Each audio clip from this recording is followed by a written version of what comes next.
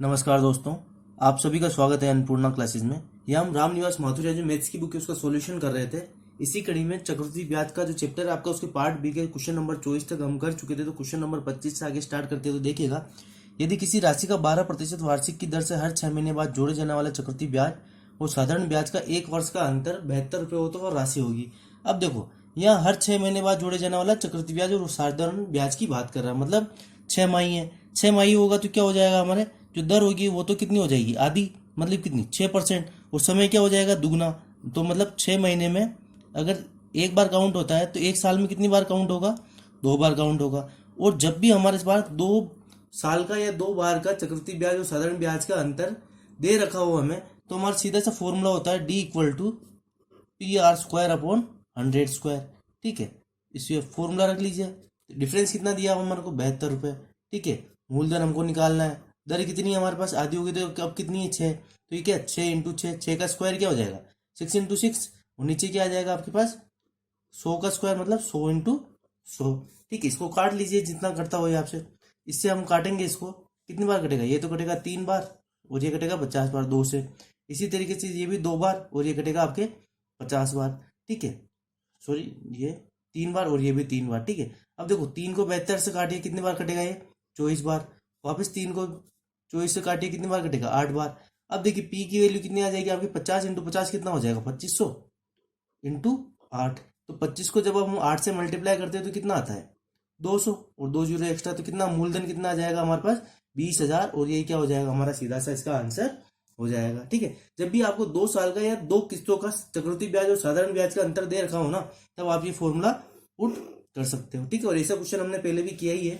अगला क्वेश्चन देखिएगा, 10,000 रुपये का 4% चक्रवृद्धि ब्याज की दर पर यदि ब्याज हर 6 महीने बाद जोड़ा जाए तो 2 वर्षों बाद कितना ब्याज होगा। अब देखिए, वापस यहाँ 6 माही की बात हो रही है, हर 6 महीने में ब्याज कैलकुलेट, मतलब वही दर तो कितनी हो जाएगी, 4% से आधी लेकर कितनी हो जाएगी, 2%। ठीक है, और समय कितना दिया हुआ आपको, 2 वर्ष दिया हुआ है। तो 2 वर्ष में हर 6 माह के हिसाब से कैलकुलेट होगी तो क्या दुगनी हो जाएगी, मतलब कितनी किस्त आपकी कितनी बार कैलकुलेट होगी, 4 बार कैलकुलेट होगी। ठीक है, तो अब उसका निकाल लीजिए आप। देखो अब क्या होगा, इसको हम ट्री मेथड से ही करते हैं। देखो तो आपके क्या सबसे पहले क्या है, 10,000 रुपये। तो आपकी जब पहली किस्त बनी होगी 6 महीने बाद, तो कितना ब्याज मिला होगा हमारे को, 2% मिला होगा। ठीक है, 2% मिला होगा, मतलब कितना, 10,000 का 2% कितना होगा आपके पास, 200 रुपये। ठीक है, तो ये 200 तो होगा ही। और सेकंड वाली किस्त में भी कितना, ये 200 तो आया ही होगा। और तीसरी वाली किस्त में भी कितना, ये 4% के हिसाब से 200 आया ही होगा। और चौथी किस्त में भी क्या होगा, ये आपके 2% के हिसाब से 200 आया ही होगा। लेकिन अब क्या होगा, चक्रवृद्धि ब्याज आपके होता है क्या, ब्याज पे ब्याज, मतलब इस ब्याज पे भी ब्याज लगा होगा ना दूसरे साल में। तो आपके 200 का 2% कितना हो जाएगा, 200 का 2% कितना होगा, 4। ठीक है, इसी हिसाब से हर साल ये आपके लगा होगा इसका 4, और इसमें भी 4 ऐड होगा, इसका आपके 4 यहाँ पे भी ऐड हुआ होगा और यहाँ पे भी आया होगा। इसी तरीके से इस वाले का 4 इधर भी आया होगा। अब देखो, अब इन पे भी तो लगेगा, ये चीज और ये चीज, इन पे भी तो आपका ब्याज लगना ही है। मतलब इसका आपका इस साल भी ऐड होगा और इस साल भी। तो 4 का 2% कितना होता है आपके पास, 0.08। तो मतलब एक तो ये 0.08 इस वाले का ब्याज यहाँ, और इधर भी आएगा तो ये इधर भी क्या हो जाएगा, 0.08। और साथ ही साथ में ये 4 का और ये 4 का ब्याज भी ऐड होगा तो कितना हो जाएगा, 0.16। अब इन सबको जोड़ लीजिए आप, कितना हो जाएगा, ये तो हो जाएगा आपके पास 800 प्लस ये कितना हो जाएगा, 4 कितनी बार आ रहा है आपके पास, 5 6 बार। तो ये कितना हो जाएगा, 24। और साथ में कितना आ रहा है, 8 8 16 16 16 32। तो ये कितना आ जाएगा, 0.32। तो टोटल कितना हो गया आपके पास, 824.32 रुपये आपका कितना हो जाएगा, ब्याज हो जाएगा। ठीक है, और ये क्या हो जाएगा आपके पास, इसका आंसर हो जाएगा। देखो आप इसको फॉर्मूले से भी कर सकते तो कर सकते थे, लेकिन हमने ऐसे कर लिया, क्यों, क्योंकि देखो चक्रवृद्धि ब्याज का, देखो साधारण ब्याज होता तो कितना होता, सीधा सा क्या होता, 4 किस्तों का 800 रुपये हो जाता। लेकिन चक्रवृद्धि ब्याज क्या होता है, ब्याज पे भी ब्याज, मतलब ये 200 रुपये का जो ब्याज है ना, ये फिर हर अगले 3 साल में भी मिलेगा। और फिर ये वाला जो 200 इसका ब्याज अगले 2 सालों में मिलेगा।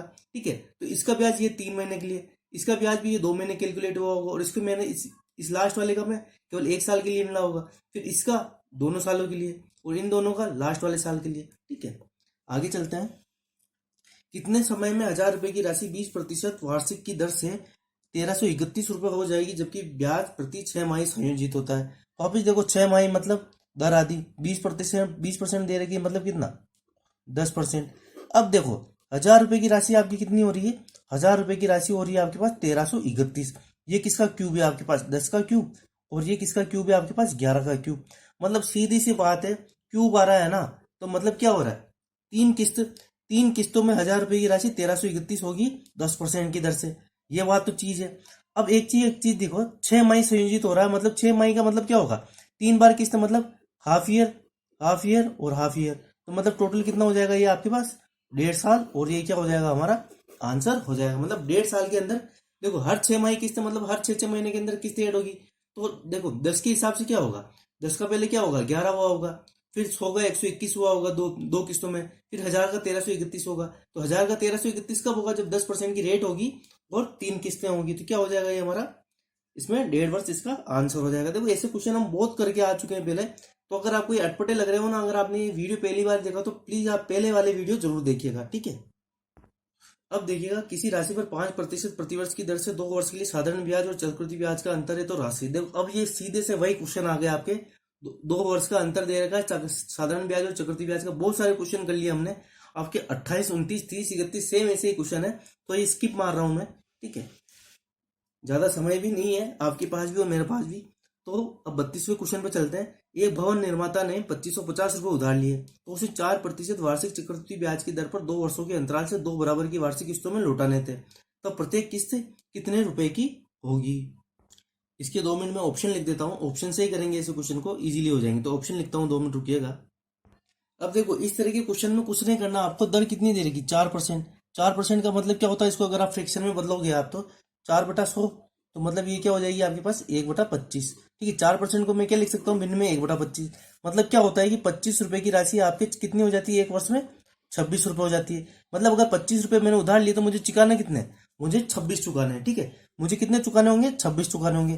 तो अब आपके ऐसे क्वेश्चन में आपको कुछ नहीं करना, ये जो फ्रैक्शन आया ना आपके 25 की राशि 26 हो रही है, तो जो भी ऑप्शन में आपके 26 से मल्टीपल वाला हो ना, वो आपका आंसर हो जाएगा। देखो यहाँ 1377 लास्ट में क्या आ रहा है, विषम संख्या, ये 5 विषम संख्या, 3 संख्या, तो ये तो इससे विभाजित हो ही नहीं सकती, तो ये 3 ऑप्शन तो हमारे हो ही नहीं सकते। अब देख भाग लगा के देख लीजिए, 1352 26 से पूरी तरह डिवाइड होगा। अगर 26 का नहीं जानना, फिर आप क्या करो, 26 के स्क्वायर का लगा के देखो, ठीक है। तो 26 का लगा के देखते हैं हम, कितनी बार जाएगा, 5 बार गया आपके, कितना है 130, कितना बचा 5 बचा 2, 26 दूनी 52, तो 52 बार पूरी गया है ना। तो ये हमारा क्या आंसर हो जाएगा, 1352 इसका सीधा सा आंसर हो जाएगा। अब अगर आपके क्वेश्चन नंबर 33 है ना, वो भी सेम एज इट इज 32 की जैसे है, तो उसको भी स्किप करते हैं, डायरेक्ट 34 पे चलते हैं। एक आदमी हर वर्ष के अंत में 2000 बचाता है और उससे 5% चक्रवृद्धि ब्याज पर निवेश करता है, तो 3 वर्ष के अंत में उसके पास होगा, तो मतलब उसके बाद 3 वर्ष बाद उसके पास अमाउंट कितना रहा होगा, ये देखना है। तो देखो पहले वर्ष में क्या होगा, 2000 रुपये उसने बचाया, ठीक है, 2000 उसने बचाया, और कितना 5% के हिसाब से, तो 5% के हिसाब से उसको कितना मिला होगा। तो देखो 2000 का 5% कितना हो जाएगा आपके पास, 100 रुपये। तो मतलब अब उसके पास कितना हो गया होगा, एक वर्ष के अंत में उसके पास कितना आया होगा, 2100 रुपये उसके पास होगा, ठीक है। अब देखो पहले साल के अंत में तो उसके पास कितना हो गया, 2100। सॉरी हमने यहाँ एक गलती कर दी, ठीक है, इसको छोड़ो, क्वेश्चन को लैंग्वेज को समझो। क्या कह रहा है कि एक आदमी हर वर्ष के अंत में 2000 बचाता, मतलब पहले साल के अंत में उसने कितने 2000 बचाए होंगे। तो पहले साल के अंत में तो उसके पास 2000 ही हुए ना। फिर दूसरे वर्ष के अंत में क्या हुआ होगा, इस 2000 पर उसको ब्याज मिला होगा, तो इसने 2000 तो बचाए होंगे दूसरे वर्ष में, लेकिन इस पे ब्याज भी तो उसने कमाया होगा। तो इस पे ब्याज कितना आ जाएगा, अभी हमने निकाला 100 रुपये। तो 2 वर्ष के अंत में टोटल उसके पास राशि कितनी हो गई, 4100 रुपये, ठीक है। अब तीसरे वर्ष में क्या होगा, अब देखो अब तीसरे वर्ष में क्या होगा, उसने 2000 तो बचाए होंगे, लेकिन साथ में क्या हुआ होगा, ये 4100 भी होंगे, और क्या हुआ होगा कि इस पर ब्याज भी तो मिला होगा 4100 पे। तो 4100 पर 5% के हिसाब से ब्याज मिला होगा, तो कितना हो जाएगा आपके, 41 को 5 से मल्टीप्लाई करोगे तो 205। तो यहाँ पे हमको 205 और ऐड करने पड़ेंगे। तो टोटल अमाउंट कितना हो गया, ये 2000, 4000, 6000, 6305। तो अब हमारा आंसर क्या आया, टोटल 3 वर्ष के बाद उसके पास अमाउंट कितना रहा होगा, 6305। एक बार और समझो, पहले वर्ष के अंत में उसने 2000 रुपये बचाए और जमा कर लिए, ठीक है। फिर दूसरे वर्ष के अंत में वापस 2000 बचाए, जमा कर लिए। अब लेकिन 2 वर्ष के अंत में क्या होगा, ये 2000 जो उसने पहले वर्ष में करे थे, ये 1 साल तक पड़े रहे, तो इसका चक्रवृद्धि ब्याज कितना, 100 रुपये ऐड हुआ होगा। मतलब 2 वर्ष के अंत में कितना होगा टोटल, 4100 रुपये। अब एक चीज देखिएगा, अब जब ये 4100 रुपये उसके पास टोटल रहे, तीसरे वर्ष के अंत में वापस उसने 2000 इकट्ठे तो कर लिए, लेकिन ये 4100 भी तो उसको 4100 तो ये ऑलरेडी उसके पास थे, लेकिन इस पे ब्याज भी तो मिला होगा 5% के हिसाब से। तो ब्याज कितना मिला होगा, 205 रुपये। तो टोटल अमाउंट कितना हो गया आपके पास 6305। अब देखिएगा अगला क्वेश्चन, क्वेश्चन नंबर 35। किसी धनराशि पर 5% वार्षिक दर पर 2 वर्षों की चक्रवृद्धि ब्याज और साधारण ब्याज का अंतर रु 1.50 है तो वह धनराशि होगी। अब देखिए वह वापस डिफरेंस वाला क्वेश्चन, वापस स्कीम मार रहा हूं मैं, बहुत सारे क्वेश्चन कर लिए हमने ऐसे साधारण ब्याज और चक्रवृद्धि ब्याज के अंतर के। तो आगे चलते हैं अब। यदि किसी धनराशि पर 2 क्रमिक वर्षों का चक्रवृद्धि ब्याज क्रमशः 225 तथा 238.50 है, तदनुसार ब्याज की दर कितनी होगी। अब देखो ये क्या कह रहा है कि 2 क्रमिक वर्ष मतलब एक साल हमको चक्रवृद्धि ब्याज कितना मिला है 225 और अगले साल हमको कितना मिला है 238.5। तो एक चीज देखो कि ये कितना ज्यादा मिला है, हमको क्या निकालना है, दर ही तो निकालनी है। तो देखो आप कितना ज्यादा मिला है, ये जो ज्यादा मिला है ना हमको कितना 13.5। ये 13.5 क्या है, ये इसी का तो ब्याज है जो ब्याज पे ब्याज लगा होगा। देखो 225 यहाँ मिला है तो 225 तो हमें यहाँ भी मिला ही होगा, लेकिन जो ये एक्स्ट्रा आ रहा है ना 13.5 ये क्या होगा, ये इसका ब्याज होगा। क्योंकि क्या होता है कि ब्याज पर ब्याज मिलता है। तो निकाल लीजिए आपका 13.5 225 का कितना परसेंट है आपका, निकाल लीजिए इंटू 100। इसको देखो 25 से काटिए कितनी बार कटेगा 9 बार, और ये कितने बार कटेगा आपका 4 बार। ठीक है, ये पॉइंट हटाइए, क्या हटेगा नीचे 10 आ जाएगा। 9 से इसको काटोगे कितनी बार कटेगा 15 बार। वापस इसको 5 से काट दीजिए 3 बार, ये 2 बार। 2 से इसको काटो कितनी बार कटेगा 2 बार। तो कितना आ जाएगा ये 6%। तो ब्याज की दर कितनी रही होगी आपके पास 6% रही होगी, और ये क्या हो जाएगा हमारा आंसर। देखो ये जो एक्स्ट्रा मिल रहा है ना हमारे को 13.5, यही तो इस पे 225 पे ब्याज लगा होगा। 225 तो इधर भी आया ही होगा, लेकिन जो एक्स्ट्रा 13.5 है वो इसी का तो ब्याज होगा। ठीक है, आगे चलते हैं। यदि किसी धनराशि पर 4% वार्षिक दर पर 2 वर्षों का चक्रवृद्धि ब्याज 97.92 हो तो उसी धनराशि पर उतने वर्ष का साधारण ब्याज कितना होगा। देखो इसको ऑप्शन से सोल्व करो, ये हो ही नहीं सकता, ये भी नहीं हो सकता। 90 से कैलकुलेट करते हैं तक। देखो साधारण ब्याज 90 होगा, मतलब 2 वर्षों की बात हो रही है, मतलब 45 प्लस 45 मिले होंगे। एक वर्ष में 45 और दूसरे वर्ष में 45। अब जब दूसरे वर्ष में चक्रवृद्धि ब्याज में क्या होता है, इस ब्याज पे भी तो ब्याज मिला होगा, मतलब 45 का 4%। तो 45 का 4% कितना आएगा आपकी 97.92 हो जाएगा क्या, नहीं होगा। तो ये तो हो ही नहीं सकता। मतलब बचा क्या आपके छिन्नवे, आपको प्रूव करके दिखा देता हूँ। छिन्नवे का मतलब क्या होता है आपके पास 48 की 2 किस्तें रही होगी, 2 बार ब्याज मिला होगा। मतलब देखो साधारण ब्याज के हिसाब से तो 48 मिला, लेकिन चक्रवृद्धि ब्याज में क्या होगा, इस 48 पे भी हमको ब्याज मिला होगा। तो 48 का 4% कितना होता है निकाल लीजिए। ठीक है, तो ये कितना हो जाएगा 48 को चौके 192। तो 192 में 100 से डिवाइड करते क्या आएगा 1.92। तो जोड़ लीजिए 48 कितना 96 प्लस 1.92 कितना हो रहा है ये आपके पास 97.92। यही तो अमाउंट आ रहा है यहाँ। तो मतलब ऑप्शन डी आपका करेक्ट आंसर हो जाएगा। देखो जहां सुई से काम हो जाता है ना वहां तलवार नहीं चलानी चाहिए। ठीक है, जब हमको ऑप्शन ही ऐसे मिल रहे हैं तो हम क्यों फोकट में इतनी भेजामारी करके उल्टे सीधे काम करें। सीधे सा आंसर निकालो ऑप्शन देख के। यदि ब्याज की गणना अर्धवार्षिक की जाए तो रू 16,000 पर 5% प्रतिवर्ष की दर से 1.5 वर्षों के अंत में चक्रवृद्धि ब्याज क्या होगा। अब देखो अर्धवार्षिक की बात हो रही, मतलब अर्धवार्षिक की बात हो रही, मतलब ये 5% की जो रेट है ना आपकी, ये कितनी हो जाएगी 5/2%। ठीक है, मतलब आधी हो जाएगी 2.5%। और जो वर्ष की बात हो रही है ना ये 1.5 वर्ष, ये क्या हो जाएंगे आपके पास 3 वैल्यू हो जाएगी। क्योंकि हर 6 महीने में कैलकुलेट करेंगे ब्याज की दर, तो कितनी बार कैलकुलेट करनी पड़ेगी 3 बार। और ब्याज की दर क्या हो जाएगी आपके पास 5.2%।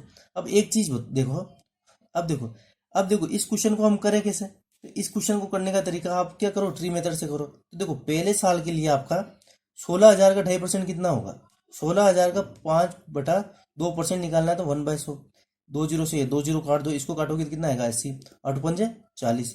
मतलब पहले साल में 400 रुपये तो आपको मिले होंगे, साधारण ब्याज की दर से भी 400 मिलते। तो तीनों हर 6 महीने में आपको 400 तो मिले ही होंगे। लेकिन क्या होगा, फिर क्या होगा, ब्याज पे भी ब्याज मिलेगा। मतलब इस 400 का 2.5% जब आप निकालोगे तो कितना आएगा 10 रुपये। तो ये वाले इसका 10 रुपये हमको दूसरे साल तीसरी किस्त में भी मिला होगा। अब इसका कैलकुलेट कर लो, यहाँ पे हमको क्या होगा, इस वाले अमाउंट का हमारे को तीसरे साल में ब्याज मिलेगा 10 रुपये। अब बच गया है क्या ये, तो इसका भी हमको कितना, इसका भी 4% मिला होगा। तो 10 × 4/100 तो कितना 0.4। तो 0.4 इसका भी मिला होगा। तो टोटल ब्याज अंत में चक्रवृद्धि ब्याज क्या होगा, इन सबको आप जोड़ लीजिए, यही आपका चक्रवृद्धि ब्याज हो जाएगा। 400 कितना 1200, ये कितना आ जाएगा 1230.4। और ये क्या हो जाएगा आपका आंसर हो जाएगा। सॉरी 4% ब्याज नहीं है, यहाँ गलत जोड़ दिया प्रभु। ठीक है, 10 का 2.5% कितना होता है 5/2 × 1/100। 1 0 से ये 1 0, इससे कटेगा 2 तो ये कितना आएगा 1/4। तो ये क्या हो जाएगा यहाँ 0.25। और यहाँ 1230.4 नहीं होगा 1230.25 होगा, और ये आंसर होगा। ठीक है, थोड़ी कैलकुलेशन वो दिमाग में रह गया, 4%, 2.5% रेट है, ठीक है। तो यह आंसर क्या आ गया हमारा 1230.25। तो अब आपका चक्रवृद्धि ब्याज का भी पार्ट भी होता है कंप्लीट। आगे आपको कौन सा टॉपिक करना है, करना भी है या नहीं करना, ये भी आप बता दीजिएगा, ठीक है। अगर आप इंटरेस्ट लोगे तो आगे मैं करवाऊंगा, नहीं तो कोई दिक्कत नहीं है। जो रीजनिंग की बुक स्टार्ट करिए उसको थोड़ा और जोर शोर पे करेंगे। तो मिलते हैं फिर नेक्स्ट वीडियो में, तब तक के लिए धन्यवाद।